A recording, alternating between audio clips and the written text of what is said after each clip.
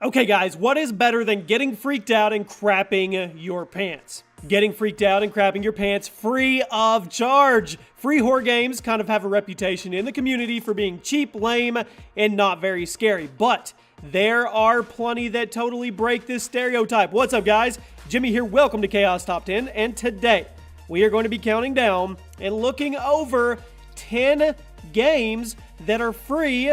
Yes, they're horror games. The best free horror games out there that you can go play and not ever spend a dime. Before we get into it, we are running a $200 Amazon gift card giveaway the entire month. All you have to do to enter is like this video, be subscribed, turn on your notifications, and leave a comment why you want to win it with your Twitter handle attached. I will announce the winner at the end of the month on Twitter.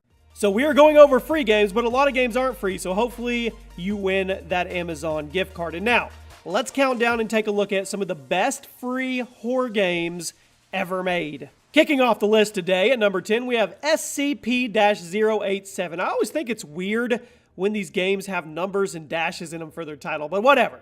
This indie horror game first appeared in 2012 and never fails to give you a nice scare. Developed in only 3 days. That's right. It was developed in 3 days, and it was developed on a very simple premise. You are presented with a dark staircase that you have to walk down until you are caught by a strange monster and the game shuts down. The game is always different, and the tension builds up, and it's actually pretty insane. Sometimes you'll make it 300 floors down, and sometimes you will only make it 20 or 30 floors down. You never know. Plus, the thing chasing you is super creepy and never fails to make you feel uneasy. This is definitely a great way to start our list, and it is completely free to play. At number 9, we have Covetose. Hope I said that right. Another indie game that is super weird and very, very disturbing. You play as a strange parasite attempting to eat your way out of a human body that the game says is your brother. That's really morbid, that's kind of creepy and kind of weird, but then again, it's kind of cool. You get bigger and bigger as you slowly kill your host, and the game gives you creepy messages as you progress until you finally break out of the body and you kill your brother in the process, should you choose to do so, as there are multiple possible endings to this surreal horror game. It's full of strange nightmare fuel and creepy symbolism, and it is definitely worth a playthrough. This is probably one of the most unique ideas that I've ever seen for a horror game. You're a bug and you eat your way out of your brother's body. That's out there.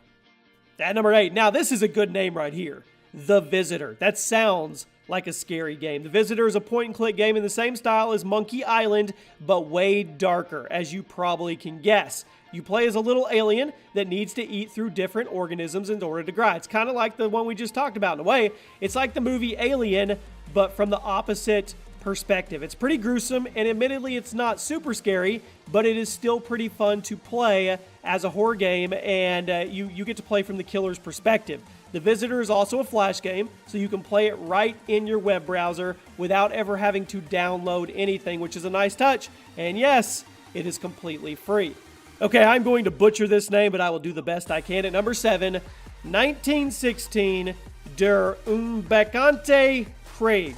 How you guys have fun with that pronunciation. Let me know how bad I got it on that. The game definitely sounds a little goofier than it is, though. 1916 is a World War I game where you have to avoid velociraptors and escape the trenches. That's right, there's dinosaurs in World War I, but once you get past the question of why are velociraptors in the World War I trenches, the game gets super creepy. You have to avoid the raptors and get out of the trenches, but the raptors are unkillable, meaning that you can only hold them off for so long, which only serves to amp up the tension of the game. As you know, that shooting them will only buy you a little more time. They are silent and surprising, and they make terrifying enemies for a horror game. This one is truly unique. A lot of these on these lists are pretty unique, especially for being free to play. At number 6, we have Deep Sleep. Like The Visitor, Deep Sleep is a point-and-click game, but this one is much, much scarier than the other, as it puts you in the shoes of the victim. You play as someone stuck in a nightmare in which your goal is to wake yourself up. That is your only goal, is to wake up. Sounds like a Freddy Krueger movie, or that one that's coming out pretty soon where the girl keeps dying by the same guy. Anyway, you have to avoid monsters and solve puzzles in order to get out of your own head and back into the real world. Also, like The Visitor, Deep Sleep can be played in your browser. It is a Flash game with no downloads, so go check it out. I'll just tell you, it's at Kongregate.com, and it's free to get and free to play. Cracking into the top 5, we have Hotel 626, another Flash game. This one manages to look better than any other Flash game I've ever seen. Believe it or not, the game was actually created by Doritos as a marketing campaign during Halloween time, but the game itself doesn't have anything to do with Doritos, okay? I guess they just thought it was a good game and decided to release it as a standalone, but I'm definitely not complaining because it is terrifying. You have to make your way through a strange demonic hotel and complete various tasks in the rooms. With plenty of jump scares and super tense atmospheres, Hotel 626 is super high quality as far as Flash games go, likely due to the funding of a company like Doritos, and I definitely recommend giving it a try if you can find it. The original source was unfortunately taken offline, but you can still find some third-party sites hosting it if you probably do a little digging. At number 4, we have SCP Containment Breach, inspired by the SCP-087 game we mentioned earlier, and the stories found on the SCP Foundation website. SCP Containment Breach came out in 2012 and is an incredibly tense, terrifying survival horror game with some very, very unique mechanics. You play as D-9341, a test subject in SCP, a containment facility dedicated to holding creatures unfit for the normal world, when suddenly there is a massive containment breach and all the creatures are released. You have to work your way through the facility without getting caught, and you guys get how it goes here, right? It features randomly generated rooms to make every playthrough unique, and a unique blinking mechanic that forces you to close your eyes every few seconds, which many monsters use as an opportunity to advance on you. Pretty cool game. Okay, here's a game that manages to be adorable, I guess you could say, and absolutely terrifying at the same time.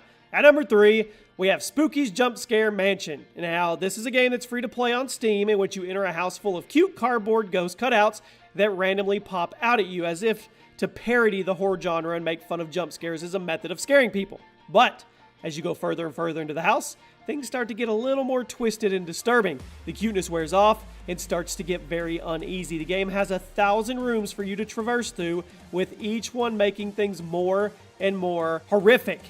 It's a crazy game. It is on Steam right now. It is free to play. Spooky Jump Scare Mansion. Go check it out, see how far you can get, and let me know. Created as a mod of the first Half-Life game, at number 2 we have Cry of Fear. It was released in 2013 and took 4 years to make. We had one game on here that took 3 days. The game got tons of attention once it became available as a standalone game on Steam, and it is one of the most popular free horror games ever on the platform. You play as a man, searching through a creepy city in Scandinavia as he hunts for answers and starts to go crazy as you continue your journey. Cry of Fear is really long, and it is content-filled for a free game, featuring a pretty lengthy and replayable campaign with a bunch of different endings. Plus, the game itself is really scary. If you have Steam, definitely give Cry of Fear a try. It's a pretty old game, so I'm pretty sure you can run it regardless of what computer or system you have. Okay, we've reached the number 1 spot, and it's garnered by one of these freaking SCP games. At number 1, we have SCP-087-B.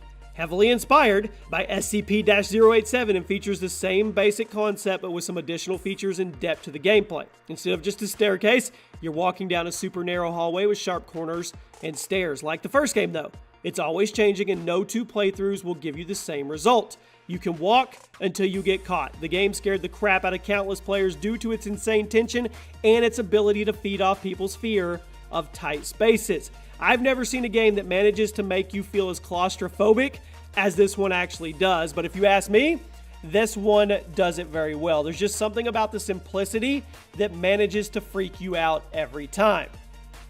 And there you have it, my friends. Those are 10 of the best horror games that are absolutely free for you to play, if you can find them.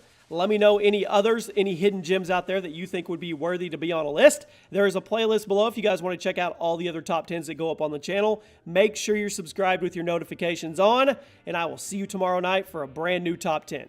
We are running a $200 Amazon gift card giveaway the entire month. All you have to do to enter is like this video, be subscribed, turn on your notifications, and leave a comment why you want to win it with your Twitter handle attached. I will announce the winner at the end of the month on Twitter.